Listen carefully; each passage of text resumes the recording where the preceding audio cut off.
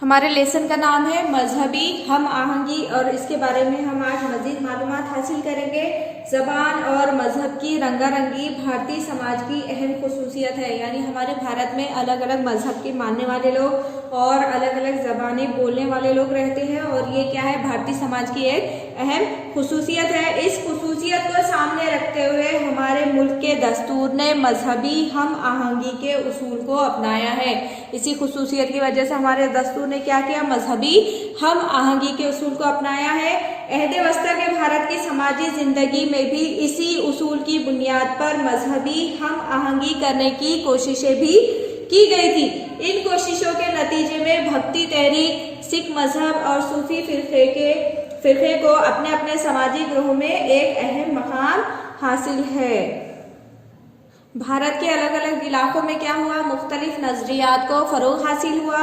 उन नजरियात के तहत खुदा की इबादत के साथ साथ मजहबी और फिरका वाराना हम आहंगी पर जोर दिया गया और इस सबक में हम इसके ताल्लुक से मजीद मालूमात हासिल करेंगे।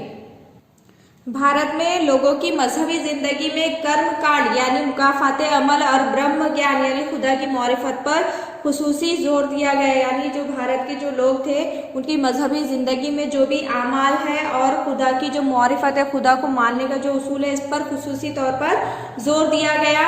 और अहद वस्ता में इन दोनों की जगह भक्ति को अहमियत हासिल हो गई थी, अकीदत को अहमियत हासिल हो गई थी। कब, अहद वस्ता में। और इस भक्ति मार्ग यानी राह अकीदत में हुकूक के इम्तियाज को गैर ज़रूरी अहमियत हासिल ना होने की वजह से मजहबी हम आहंगी को मज़ीद तहरीक मिली। यानी उसमें जो है तो हुकूक को ज़्यादा अहमियत नहीं दी जाती थी, इम्तियाज नहीं मिला था, इसलिए जो है तो वहाँ पर मजहबी हम आहंगी को मज़ीद तहरीक मिल गई थी।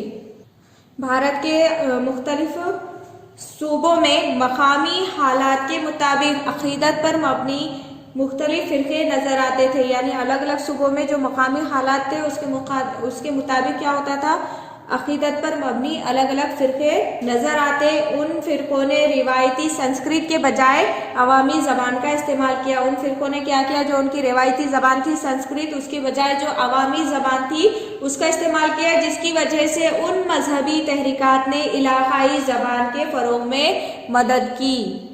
यानी जो भी मजहबी तहरीक हुई थी उन्होंने क्या किया, इलाकाई ज़बान को फ़रोग़ करने में मदद की।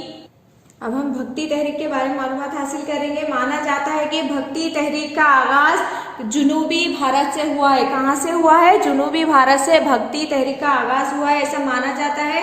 उस इलाके में नायनार और अलवार जैसी भक्ति तहरीकों को हासिल हुआ। जो जुनूबी भारत था वहाँ पर नायनार और अलवार इन जो है तो मजहबी भक्ति तहरीकों को उरूज हासिल हुआ। नायनार लोग कौन थे, नायनार लोग भगवान शिव को मानने वाले थे और अलवार जो थे वो भगवान विष्णु को मानने वाले लोग थे।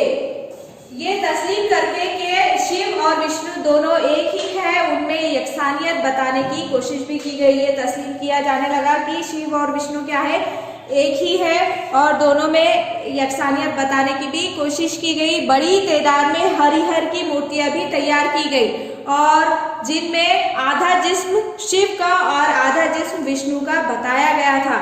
इन भक्ति तहरीकों में समाज के हर तबके के लोग भी शामिल थे। इन तहरीकों ने खुदा से मोहब्बत, इंसानियत, रहम, मेहरबानी जैसे इक़दार की तालीमात दी। इन भक्ति तहरीकों ने कौन सी तालीमात दी, खुदा से मोहब्बत, इंसानियत, रहम और मेहरबानी जैसे इक़दार की तालीमात दी। और जुनूबी भारत में रामानुज और दीगर मजहबी पेशवाओं ने क्या किया, भक्ति तहरीकों को मजबूती अता की। और उनका मानना था, उन मजहबी पेशवाओं का ये मानना था कि खुदा सबके लिए है और वो किसी भी तरह का भेदभाव नहीं करता। और शुमाली भारत में भी रामानुज की तालीमात का बहुत असर पड़ा था। शुमाली भारत में संत रामानंद ने क्या किया, लोगों को भक्ति की अहमियत बताई।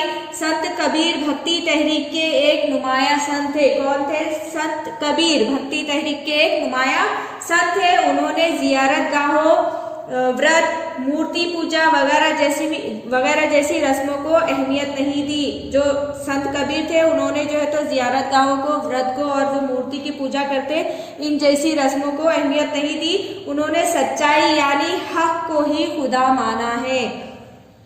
सब इंसान एक है की तालीम दी। किसने दी? संत कबीर ने। तमाम इंसान एक है इसकी तालीम दी। उनके नज़दीक फिरका बंदी, मजहबी तफरीका और ज़ात पात की कोई अहमियत नहीं थी। संत कबीर के ये मानना था कि फिरका बंदी, मजहबी जो तफरीक है और ज़ात पात को उन्होंने जो है तो अहमियत नहीं दी।